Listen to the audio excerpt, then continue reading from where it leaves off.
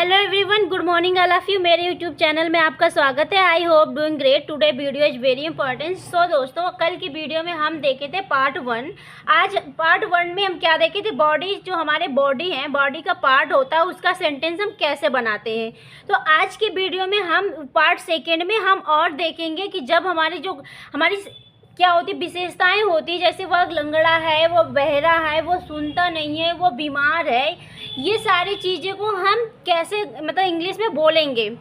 तो आज की वीडियो में सेकंड पार्ट में हम आज ये देखेंगे कि जैसे हमारा एग्जाम्पल्स है, वह लंगड़ाता है। जैसे कोई लंगड़ाता है तो हम बोलते हैं ना कि वह लंगड़ाता है, तो उसको हम इंग्लिश में बोलते हैं लिप्स।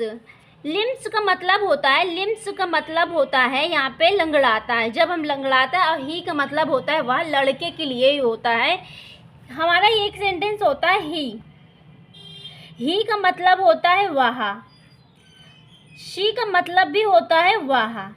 इट का मतलब होता है यहाँ। ये भी शी का मतलब भी होता है वहाँ, इट का मतलब होता है यहाँ। सो फ्रेंड्स, जब हम ही का यूज करते हैं, ही का यूज कहाँ पे यूज करते हैं? ही का यूज हम करते हैं लड़का के लिए।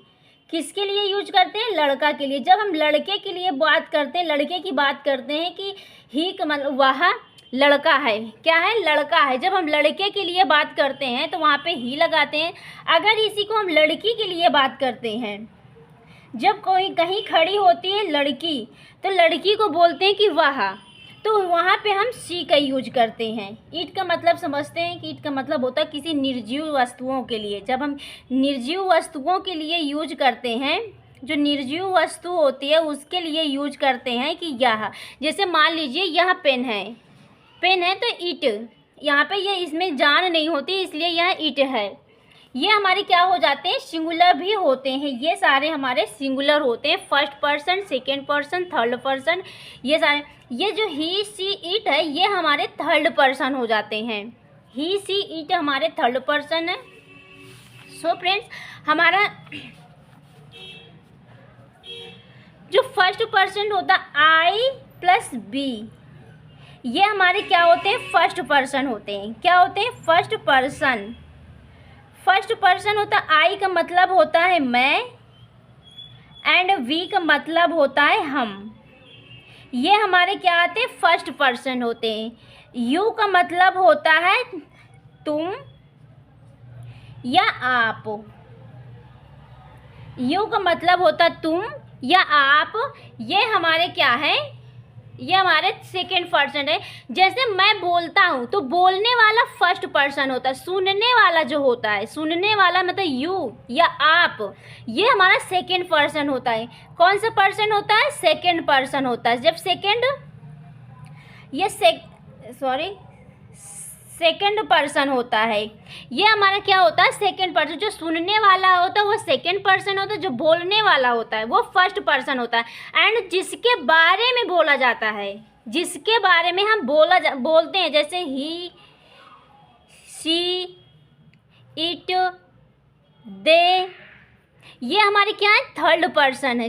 इनके बारे में हम बोलते हैं, ये हमारे क्या है? थर्ड पर्सन है।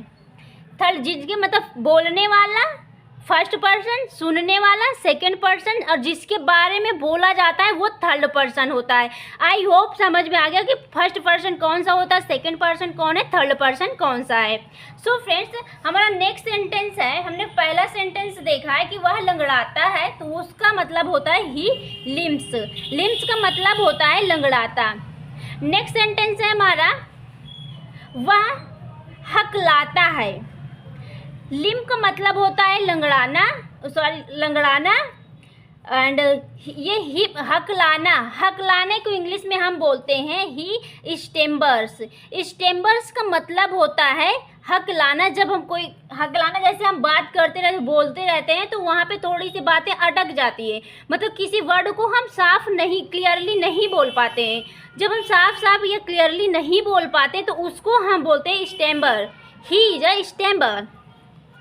नेक्स्ट सेंटेंस है हमारा बहरा। जब हम किसी को बोलते हैं, वो इंसान सुनता नहीं है, उसको सुनाई कम देता है, जब किसी को सुनाई कम देता है तो उसको हम बहरा बोलते हैं। तो वह बहरा है, क्या बोलेंगे, वह बहरा है।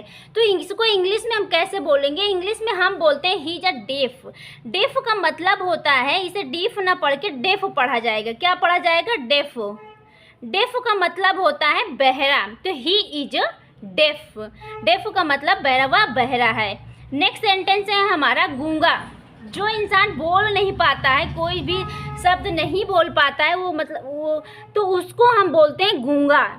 जो बोल तो लेता है लेकिन कुछ कुछ बातों में अटक जाता है, मतलब क्लियर वर्ड नहीं बोल पाता है, तो उसको हम बोलते हैं हकलाना। अगर जो तनिक थोड़ा सा भी नहीं बोल पाता है, उसे हम बोलते हैं गूंगा। तो गूंगे को इंग्लिश में क्या बोलते हैं, जैसे वह गूंगा है तो हम इंग्लिश में बोलेंगे ही इज अ डंप। डंप का मतलब होता है गूंगा, ये सुनाई नहीं देता है किसी। डंप का मतलब होता है ना सुनना, डंप का मतलब होता है ना सुनना, तो ही इज अ डंप, वह गूंगा है। यहाँ पे एम जो है साइलेंट है, यू जो है, क्योंकि यू हमारा वावेल्स है, इसलिए कंसोनेंट जो आएगा वो साइलेंट हो जाएगा। तो यहाँ पे डंप जो माँ है ये साइलेंट है। नेक्स्ट सेंटेंस आता है भेंगा। वह भेंगा है, क्या कह रहा है, वह भेंगा है।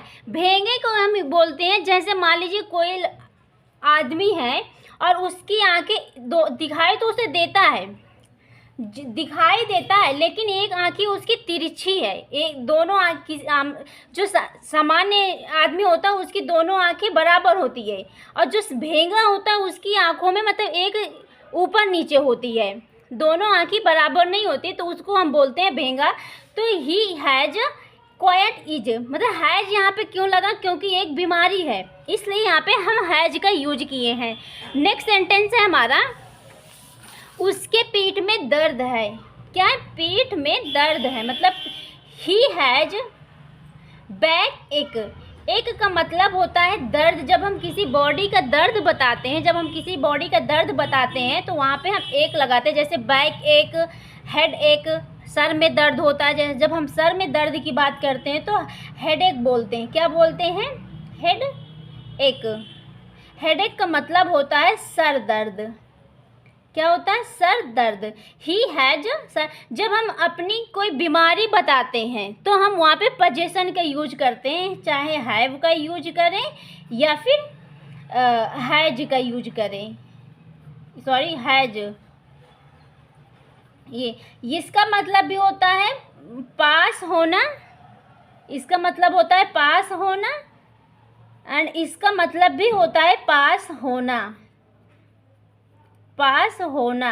लेकिन ये किसके प्लूरल के साथ यूज होता है, ये हमारा सिंगुलर के साथ यूज होता है। किसके साथ यूज होता है, सिंगुलर के साथ यूज होता है। आई होप वीडियो पसंद आए तो कमेंट में ज़रूर बताइए, लाइक शेयर सब्सक्राइब कीजिए। Thank you for watching my video.